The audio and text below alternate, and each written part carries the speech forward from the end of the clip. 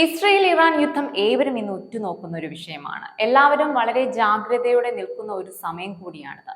കാരണം ലോകത്തെ ഒരിടത്ത് നടക്കുന്ന മാറ്റങ്ങൾ ലോകത്തെ മറ്റുള്ള ഇടങ്ങളിൽ ഒരു തരത്തിൽ അല്ലെങ്കിൽ മറ്റൊരു തരത്തിൽ അത് പ്രതിഫലിക്കും. ഈ ഒരു സന്ദർഭത്തിൽ ഇസ്രയേൽ എന്ന രാജ്യത്തെ അനുകൂലിച്ചു ഒപ്പം നിൽക്കുന്ന ഒരുപാട് രാജ്യങ്ങൾ ഉണ്ട്. അതുപോലെ തന്നെ ഇറാനെ സപ്പോർട്ട് ചെയ്യുന്ന മറ്റു കുറെ രാജ്യങ്ങളും വേറെയുമുണ്ട്. ഇവിടെ ഇന്ത്യയുടെ നിലപാട് എന്താണ് എന്നതാണ് ഏവരെയും ആകാംക്ഷയോടെ കാത്തിരിക്കുന്ന ഒരു ചോദ്യം.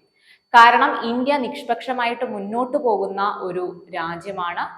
ഇസ്രയേലിനോടുള്ള ഇന്ത്യയുടെ ബന്ധവും അതുപോലെ തന്നെ ഇറാനോടുള്ള ഇന്ത്യയുടെ ബന്ധവും വളരെ ദൃഢമായിട്ടുള്ള ഒന്നാണ്.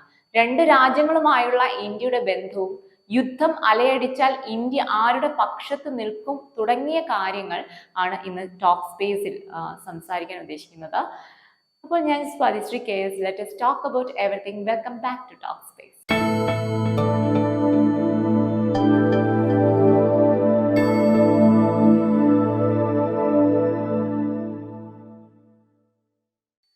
ഐത്രി ബന്ധം പുലർത്തുക എന്താണ് ഇന്ത്യയുടെ ഇപ്പോഴുള്ള ഒരു ലക്ഷ്യം. എന്താണ് ഈ ഐത്രി? ഇന്ത്യ, ഇറാൻ, ഇസ്രയേൽ, അതായത് ഇന്ത്യ ഇറാനുമായും ഇസ്രയേലുമായും ഉള്ള ബന്ധം ഒരുപോലെ മുന്നോട്ട് നിലനിർത്തി കൊണ്ടുപോവുക എന്നതാണ്. ഇത്രയും കാലം ഇന്ത്യയുടെ പോളിസി അങ്ങനെ തന്നെയായിരുന്നു.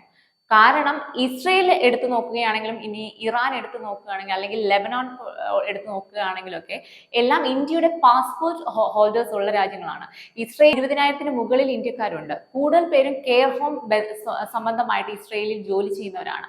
പിന്നെ കുറെ സ്റ്റുഡൻസ് അവിടെ ഉണ്ട്. ഇനി ഇറാനിലാണെങ്കിൽ 10,000-ഓളം പാസ്പോർട്ട് ഹോൾഡേഴ്സ് ഉണ്ട് ഇന്ത്യയുടെ. അവരൊക്കെ പല ജോലികൾക്കായിട്ട് ഇറാനിൽ നിൽക്കുന്നവരാണ്.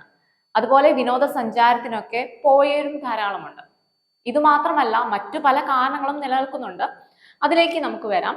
അതിനു മുൻപ് ഇരു രാജ്യങ്ങളുമായുള്ള ഇന്ത്യയുടെ ബന്ധം ദൃഢമാകാനുള്ള കാരണത്തെക്കുറിച്ചൊന്ന് പറയാം. ഈ വൈദേശിക വാഴ്ചയിൽ നിന്നും ഇന്ത്യ സ്വതന്ത്രമാക്കുന്നതിന് മുന്നേ തന്നെ ജൂതന്മാരുമായും നല്ല ബന്ധമാണ് ഇന്ത്യൻ ജനത സ്ഥാപിച്ചിരുന്നത്. അതായത് BC 562 വാണിജ്യ കച്ചവട ആവശ്യത്തിനായി വന്ന ജൂതന്മാരെ ഇരു കൈയും നീട്ടിയാണ് ഇന്ത്യൻ ജനത സ്വീകരിച്ചത്. ആദ്യം കേരളത്തിലെ കൊച്ചിയിലാണ് ജൂതന്മാർ സ്ഥിരതാമസമാക്കിയത്. പിന്നീട് ഇന്ത്യയുടെ തന്നെ വിവിധ ഭാഗങ്ങളിലേക്ക് ലോകത്തിലെ പല ഭാഗങ്ങളിൽ നിന്നും ജൂതന്മാർ വന്ന് കച്ചവടം ആരംഭിച്ചു. ഇസ്രയേൽ എന്ന രാജ്യം രൂപീകരിക്കുന്നത് വരെ ജൂതന്മാർ ഇന്ത്യയിൽ ഉണ്ടായിരുന്നു. ഇസ്രയേൽ രൂപീകരിച്ച സമയത്ത് ജവഹർലാൽ നെഹ്റു ഭരണസഭ സൗഹൃദ മനോഭാവം ആയിരുന്നില്ല ഇസ്രയേലിനോട് കാണിച്ചിരുന്നത്. അതിനുള്ള ഒരു കാരണം ഇസ്രയേൽ പാലസ്തീൻ വിഭജനം തന്നെയായിരുന്നു. ഇന്ത്യ പാകിസ്ഥാൻ വിഭജനം എത്രത്തോളം രാജ്യത്തെ ബാധിച്ചു എന്ന് നെഹ്റുവിന് കൃത്യമായ ബോധ്യമുള്ളത് കൊണ്ട് തന്നെ മതപരമായ ഒരു വിഭജനത്തെ പിന്തുണയ്ക്കാൻ നെഹ്റുവിന് ആകില്ലായിരുന്നു. അതുകൊണ്ട് തന്നെ പലസ്തീന് ഇന്ത്യ സർവ്വ സഹായങ്ങളും ചെയ്യുകയും സർവത്ര പിന്തുണ പ്രഖ്യാപിക്കുകയും ചെയ്തിരുന്നു.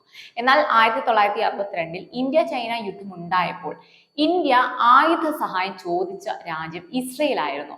അതിനുള്ള കാരണം സോവിയറ്റ് റഷ്യ ഇന്ത്യ ചൈന യുദ്ധ സമയത്ത് മൗനം പാലിച്ചതിനാലാണ്. എന്നാൽ സഹായ വാഗ്ദാനവുമായിട്ട് അമേരിക്ക അന്ന് വന്നിരുന്നു. എങ്കിൽ പോലും അത് നിരസിച്ച് ഇസ്രയേലിനോട് ഇന്ത്യ സഹായം ചോദിക്കുകയായിരുന്നു. പക്ഷെ അന്ന് ഇന്ത്യ ഒരു കാര്യം ഇസ്രയേലിനോട് ആവശ്യപ്പെട്ടിരുന്നു. ആയുധവുമായി വരുന്ന കപ്പലിൽ ഇസ്രയേൽ പതാക ഉണ്ടാകാൻ പാടില്ല എന്നത്. പക്ഷെ ഇന്ത്യയുടെ ആ ഒരു ആവശ്യം ഇസ്രയേൽ നിരസിക്കുകയുണ്ടായി. ഇന്ത്യ അങ്ങനെ ഒരു ആവശ്യം ചോദിക്കാനുണ്ടായ ഒരു കാരണം എന്ന് പറയുന്നത് അറബ് രാഷ്ട്രങ്ങളെ പിണക്കരുത് എന്ന ആഗ്രഹം മൂലമായിരുന്നു. ഇസ്രയേലാണ് ആയുധം തരുന്നത് എന്നറിഞ്ഞാൽ അറബ് രാഷ്ട്രങ്ങൾ ഇന്ത്യയുമായി നല്ല ബന്ധം പുലർത്തില്ല. അങ്ങനെ ഒരു പേടി അന്നത്തെ പ്രധാനമന്ത്രിയായിരുന്ന ജവഹർലാൽ നെഹ്റുവിന് ഉണ്ടായിരുന്നു. എന്നാൽ ആയുധം ആവശ്യമുള്ളതിനാൽ തന്നെ ഗത്യന്തരമില്ലാതെ ഇസ്രയേലിനോട് സമ്മതിക്കേണ്ടി വന്നു ഇന്ത്യക്ക്. ഇന്ത്യയുടെ അടിസ്ഥാനരഹിതമായ ആവശ്യം വേണമെങ്കിൽ ഇസ്രയേലിന് ഇന്ത്യയോട് വൈരാഗ്യം പുലർത്താമായിരുന്നു, ആയുധം നൽകാതിരിക്കാമായിരുന്നു. പക്ഷേ ഇസ്രയേൽ അത് ചെയ്തില്ല. അതിനുള്ള കാരണം ജൂതന്മാരെ വേട്ടയാടിയിരുന്ന കാലത്ത് രണ്ട് കൈയും നീട്ടി ഇന്ത്യ ജൂതന്മാരെ സ്വീകരിച്ചതിനാലാണ് ഇന്ത്യ ആയുധ സഹായം ചോദിച്ചപ്പോൾ ഇസ്രയേൽ മുഖം തിരിച്ചു നിൽക്കാതെ ഇന്ത്യയെ സഹായിച്ചത്. പിന്നീട് നടന്ന ഇന്ത്യ പാക് യുദ്ധ സമയത്തും ഇസ്രയേൽ സഹായം ഇന്ത്യയെ തേടി വന്നിരുന്നു. അതുവരെ ഇന്ത്യ ഇസ്രയേൽ നയതന്ത്ര ബന്ധം ഇല്ലായിരുന്നു. പക്ഷേ ഇസ്രയേൽ ഉന്നയിച്ച ഒരു ആവശ്യമായിരുന്നു ഇന്ത്യ ഇസ്രയേൽ സമ്പൂർണ്ണ നയതന്ത്ര ബന്ധം എന്നുള്ളത്. പക്ഷേ പല കാരണങ്ങൾ കൊണ്ട് അത് നടന്നില്ല എന്നുള്ളതാണ്. ഇസ്രയേൽ മിത്രരാജ്യമായ അമേരിക്കയുടെ ആവശ്യം ഇന്ത്യയെ സഹായിക്കരുത് എന്നായിരുന്നു. പക്ഷേ അമേരിക്കയുടെ ആ ആവശ്യം ഇസ്രയേൽ ചെവി കൊണ്ടില്ല എന്ന് മാത്രമല്ല, ഇന്ത്യയോടുള്ള സഹായങ്ങൾ ഇസ്രയേൽ തുടർന്നു പോന്നു. 1992 നരസിംഹറാവു പ്രധാനമന്ത്രി ആയിരുന്ന സമയത്ത് ഇന്ത്യ ഇസ്രയേൽ ബന്ധം കൂടുതൽ ദൃഢമാകാൻ തുടങ്ങി. അതായത് ആ സമയത്താണ് ഇന്ത്യ ഇസ്രയേൽ സമ്പൂർണ്ണ നയതന്ത്ര ബന്ധത്തിലേക്ക് എത്തുന്നത്. അതിനുശേഷം 99 നടന്ന കാർഗിൽ യുദ്ധത്തിലാണ് അമേരിക്കയുടെ വെല്ലുവിളിയെ മറികടന്ന് ഇന്ത്യക്ക് വേണ്ട എല്ലാ സഹായവും ഇസ്രയേൽ ചെയ്തു കൊടുത്തത്.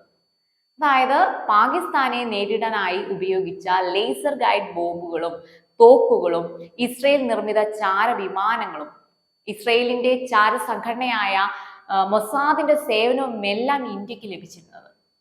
അത്രമാത്രം സഹായം ഇന്ത്യക്ക് ഇസ്രയേലിന്റെ ഭാഗത്തു നിന്നും ഉണ്ടായിരുന്നു.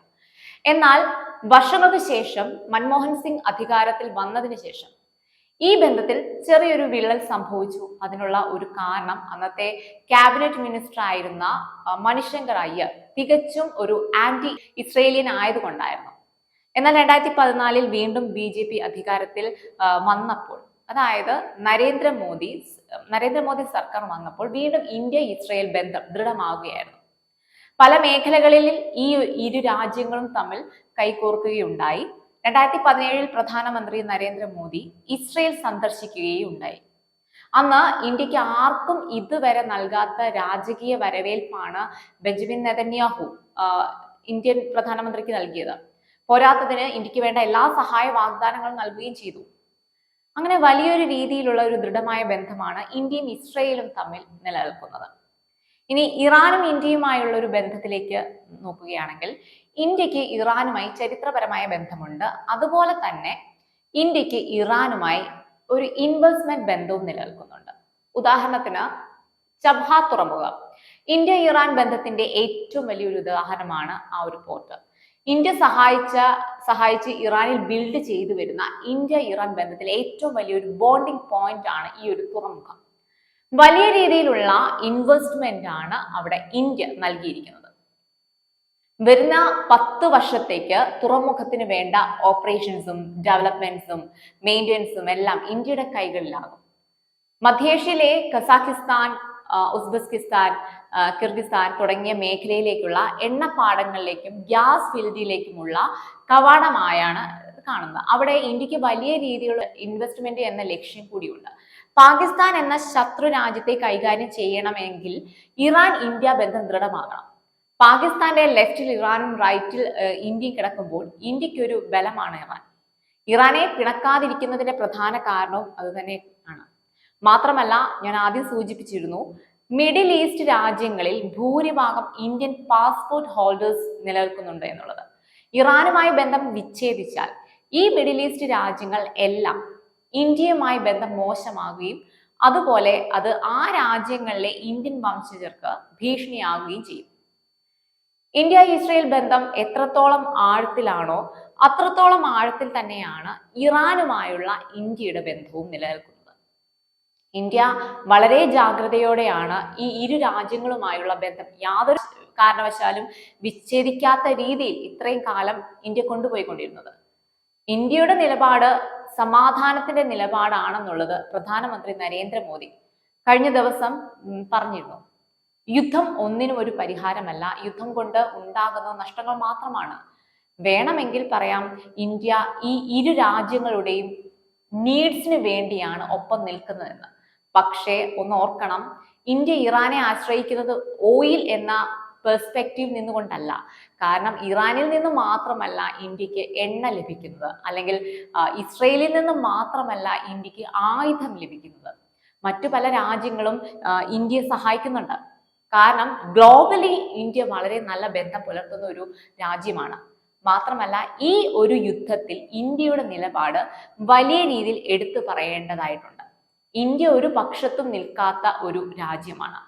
മധ്യസ്ഥയിൽ നിൽക്കാൻ ഏറ്റവും യോജിച്ച ഒരു രാജ്യം കൂടിയാണ് ഇന്ത്യ. ഇന്ത്യ 5ാമത്തെ ലോകശക്തിയിൽ ഒരു രാജ്യമാണ്. ഇപ്പോൾ അമേരിക്ക, ചൈന, റഷ്യ തുടങ്ങിയ പവർഫുൾ രാജ്യങ്ങളുടെ മധ്യസ്ഥത ഇവിടെ സാധ്യമല്ല. കാരണം ഈ രാജ്യങ്ങളെല്ലാം ഇസ്രയേൽ അല്ലെങ്കിൽ ഇറാൻ രാജ്യങ്ങളുടെ പക്ഷത്തു നിന്നും സംസാരിക്കുന്നവരാണ്. അമേരിക്ക എടുക്കുകയാണെങ്കിൽ ഇസ്രയേലിന്റെ ഉറ്റ ബന്ധം എല്ലാവർക്കും അറിയുന്ന ഒരു കാര്യം തന്നെയാണ് അമേരിക്ക ഇസ്രയേൽ ബന്ധം. അതുപോലെ തന്നെ റഷ്യയും ചൈനയും ഇറാൻ പക്ഷത്ത് നിൽക്കുന്ന രാജ്യങ്ങളാണ്. എന്നാൽ ഇന്ത്യയെ സംബന്ധിച്ചിട്ട് നോക്കുകയാണെങ്കിൽ ഇന്ത്യ ഈ ഇരു രാജ്യങ്ങളുമായി ദൃഢമായ ബന്ധം പുലർത്തുന്ന ഒരു രാജ്യമാണ്. അതിനാൽ തന്നെ ആരുടെയും പക്ഷത്ത് നിൽക്കുന്ന ഒരു രാജ്യമല്ല ഇന്ത്യ. ഇവിടെ ഇന്ത്യക്ക് മാത്രമേ ഒരു നിലപാടെടുക്കാൻ സാധിക്കൂ എന്നുള്ളതാണ്. അത് നമുക്ക് വിശ്വസിക്കാം. കാരണം അത് സമാധാനത്തിന്റെ നിലപാടായിരിക്കാം.